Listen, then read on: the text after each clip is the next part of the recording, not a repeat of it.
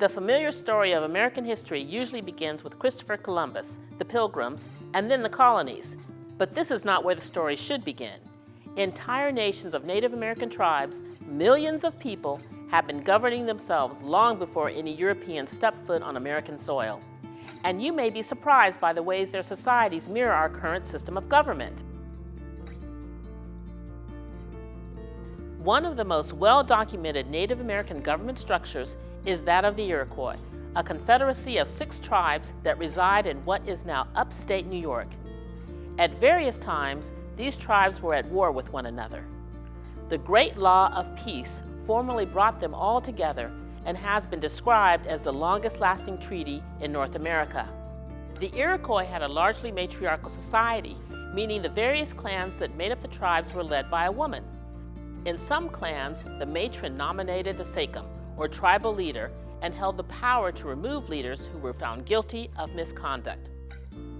The Iroquois valued debate and discussion when creating their laws, and some believe that the U.S. Congress's custom of allowing speakers to finish their thoughts without interruption followed the example of how the Iroquois conducted business.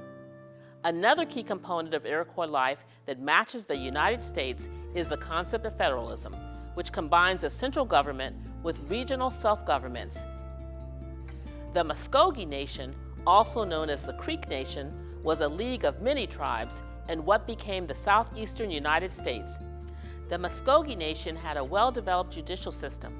Punishments depended not only on the crime, but on the character of the defendant and the circumstances of the crime. Once carried out, sentences absolved those convicted and fully restored them to the community. The Muscogee prioritized the needs of the community over the needs of the individual. This stands in stark contrast to modern American society, where the rights of an individual tend to be much more highly valued. The Pueblos are part of a cultural group that has inhabited the southwestern United States for thousands of years. What sets them apart from other nations we've discussed and from modern American politics is that Pueblo society was a theocracy, meaning the head priest was also the chief and left no separation between religion and government. The leader of Pueblo society was referred to as the cacique. They ruled by consensus, giving formal approval to ideas already gaining traction in the larger community.